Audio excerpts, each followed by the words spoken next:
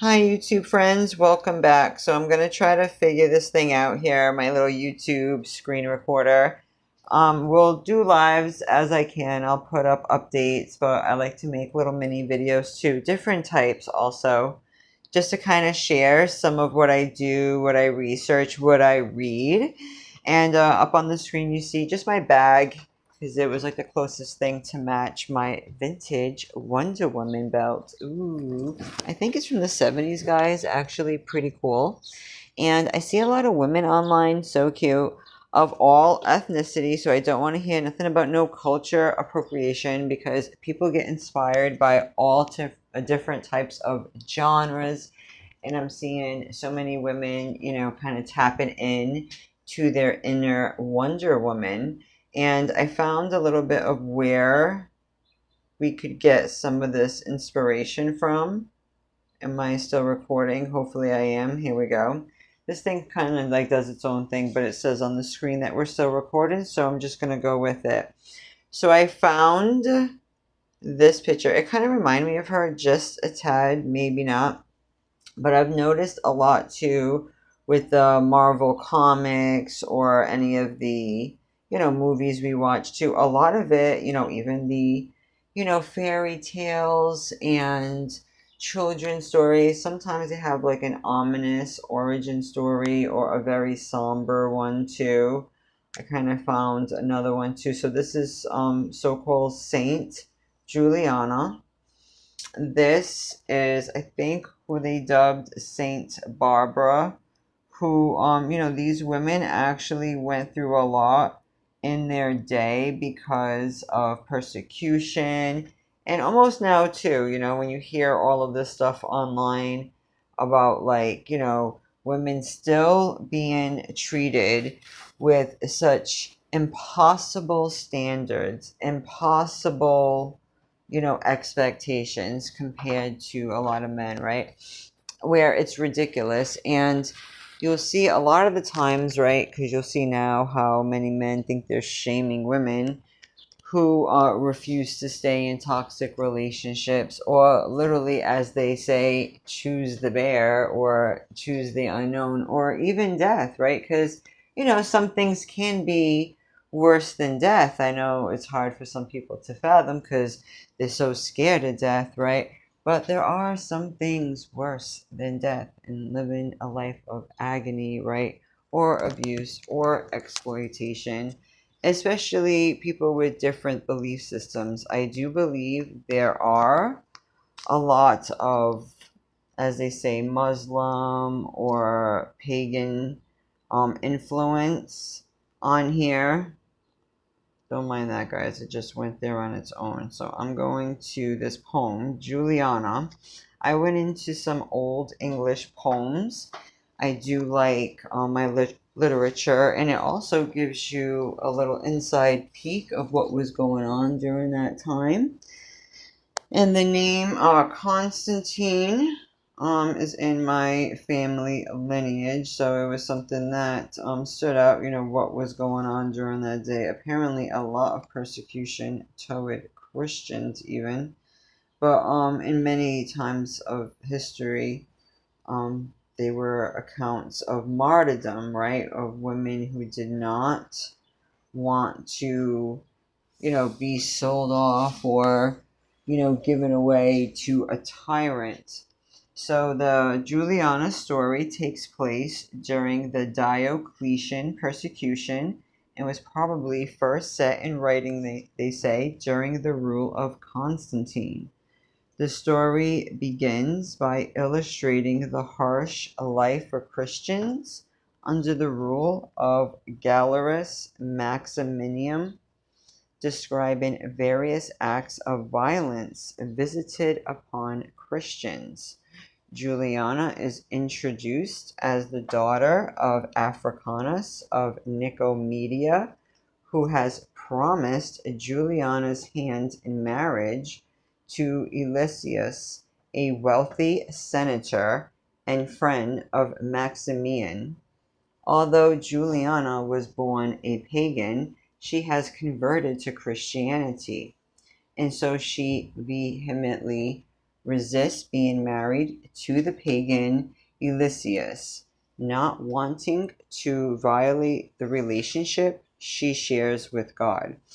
For those who are like, oh yeah, I want a God-fearing woman, it's like, which God are you talking about? Have you noticed too? It's like, obviously, it's so strange. Like, how does like God feel about this too? Or is it God or one or other entities? Exactly.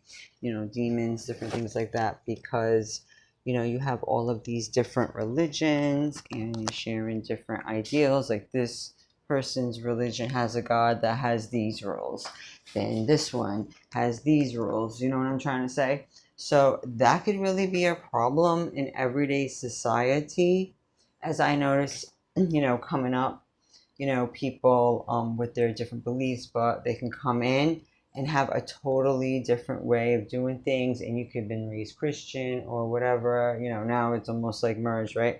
But when you look at, the Muslim theology or Islam or, a lot of that, a lot of times too, they were, exposed as being pagan as well, and akin to almost Catholicism, right? When you see the different practices, and they took a lot too from the Abrahamic religion of Judaism.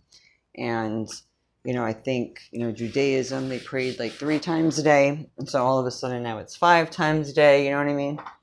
So I think obviously there's like all these different expectations. So this is really important when you have a mixing pot in this world. But online, oh, you're getting, the worst of them coming on, and their parameters are nothing more than, their different, doctrines that they've been raised with or that they're trying to push because it endorses their lifestyle. You notice that with different ways people change, or as they get older, sometimes they'll change their religions to be more conducive to fit what they're doing at the time. But she was trying to preserve her relationship with what she thought, like, this is someone, and it sounds like a lot of women were dealing with this, because there was 2 women, 2 stories with the Barbara character and Juliana, who were actually turned into martyrs after the fact, dealing with this, trying to preserve their relation, being conflicted, being feeling like they're, disenfranchised or forced. So women now are like, hey, I don't got to deal with that now. We're in a, a new era. God is going to, he's protecting us too, because, who can deal with this barbarism? And women are so precious, and we add so much to society, to the point where, although we get a bad rap, we are the muse of men, right? If it's not us, it would be what? Animals? That's the next stage, right? Is that where they're going with it? But in society, you know what I mean? And we are their counterpart. And there's been many stories of women leaving wealthy men. I'm watching a show right now, Landsman, with Willie Bob Thornton. Really good. Where, the women left her, snooty rich husband to get back with her ex, who, her heart was really with, or whatever. So, it's not about, the materials, or just, it's a very fine line. So when you just come online and you're like, oh, you're just listening to jaded people, trying to commercialize people's pain, you notice that there's so much more nuances. And that's why I like reading different books and stuff, and it can really like help you visualize what's happened in history, and you can learn a lot from it. So in this story, it shows how she was trying to preserve her relationship with God, and when she publicly voiced her dissatisfaction, Lucius became outraged. It's funny how we're so insignificant, but all these crazy things happen, and people lose their damn minds when their egos are bruised, right? And insists that he has been publicly insulted, right? So much for love, ladies. Africanus, upon hearing of this, becomes similarly outraged, believing his daughter has embarrassed him. Yeah, shout out to these dads of the year, by refusing the hand of a man of much higher status. As a result, Africanus declares that Eleusis is free to punish Juliana in whichever way he wishes.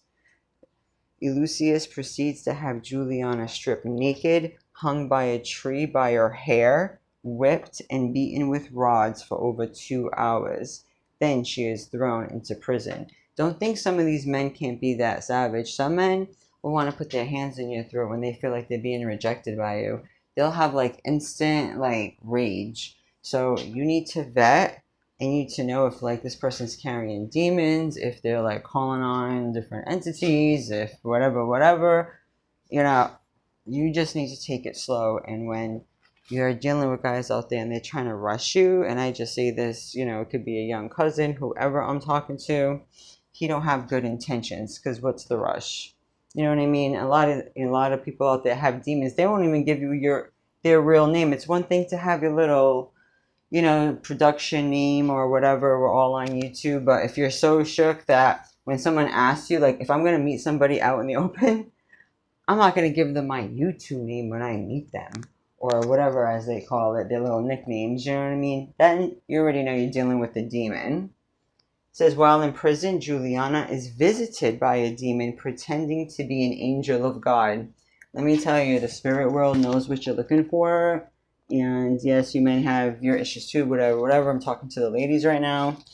You will think that you have a type or whatever. You can have somebody come out of nowhere and you're thinking, oh, this is a gift from the Most High. Truly, He knows my heart. Well, the Bible also says that the heart is wicked. Who can know it, right? And it could be somebody that's sent to disrupt you and destroy you or test you, right? And, you know, you're being tested to see, you know, what you're made of spiritually, probably, right? So, you know, be careful with that. So it says here that she is visited by a demon pretending to be an angel of God who tries to trick her into blasphemy. Juliana, being the epitome of unwavering Christian faith, does not fall for the charade and prays to God for guidance. That's good advice right there. If you have a bad feeling, women's intuition, pause, redirect, take a day, sleep on it. You know what I mean? It's just like making a purchase. It's just like with anything else, right? Where they say, you know what I mean? Sleep on it, take a few days if you're making a big decision. And people make like crazy decisions that could alter or put them in harm's way on the fly based on stupid, superficial reasons, right? So, again, yeah, you know, the lust of the eyes, so people can be tricked easily, or, you know, just like with something that's decadent, like a cake, bad for you, but it looks really good, you know what I mean? So, yeah, people get tested in different ways. So, you know, if you have like, you know, a moral code going on for yourself, you know, you're going to find, you know, maybe you're trying to be more healthy. You might be offered, you know, all kind of treats and all kind, you know, there's different ways of being tested. And there's different ways to tap into that inner strength, you know what I mean, and stand up for what you believe in. And, you know, this is just one example. So, a voice tells her to reach out and grab the demon, and Juliana obeys. This point forward contains the bulk of the story, in which Juliana and the demon have a lengthy war of words, with Juliana clearly dominating. She holds the demon and forces it to confess all of its wicked deeds several times over, ostensibly humiliating him forever in the kingdom of hell. After her victory over the visiting demon, Eleusis comes back for Juliana and seems to offer her a chance to change her mind. Not surprisingly, Juliana refuses him once again, and just as scathingly as before. She seems like a cool chick. So I think could have been the inspiration for Wonder Woman, just saying, just because of, you know, some of the imagery and how it was obviously way before. Eleusis then attempts to have Juliana burned alive in hot lead, yet even though he has Juliana placed in the fire, not a spot on her body or clothes is touched by the flames. Makes me think of that Dragon Queen from Game of Thrones right there too. Angrier than ever, Lucius finally resolves to have Juliana beheaded, for which she becomes a Christian martyr. So I do see a lot of stories of women getting beheaded. That must be like some weird, sick, sadist kink for some of these sadists. So be careful out there. And yeah, so this was a surviving manuscript. So this was the story of Saint Juliana of Nicomedia, the one surviving manuscript dated between 970 and 990. And this comes from the Exeter book, which has a lot of different poems, some biblical, really interesting, between the poems The Phoenix and The Wanderer. Juliana is one of only 5 Old English poetic texts that describes the lives of saints. So it's really interesting because, it's kind of sad. The story of St. Barbara was very similar too. She was being forced by an asshole father to marry some, asshole tyrant.